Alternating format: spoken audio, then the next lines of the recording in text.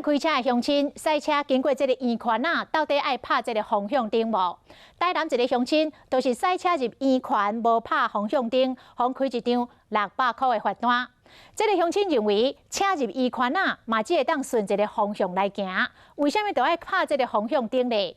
交通队出面来解说，若是走单一方向的圆圈啊，就免拍灯；但是圆圈啊，若是有十字路口，就一定爱拍这个方向灯。 台南市区重要路口差不多拢是圆圈，因过驶入去时，敢都爱拍方向灯。有人有拍灯，有人无。台南这个驾驶因为安尼接了一张罚单。既然我没有向民生路右转，我就不需要打方向灯。这是全世界都是一样，顺向的人没有一个国家有带方向灯的啦。当事人进手去，明明敢若一个方向通行，煞互人检举，或这个圆圈敢需要拍方向灯这件代志，搁互人提出来讨论。 买入去嘛爱吗？里面哪里？我认为应该要打。交通队出面解说。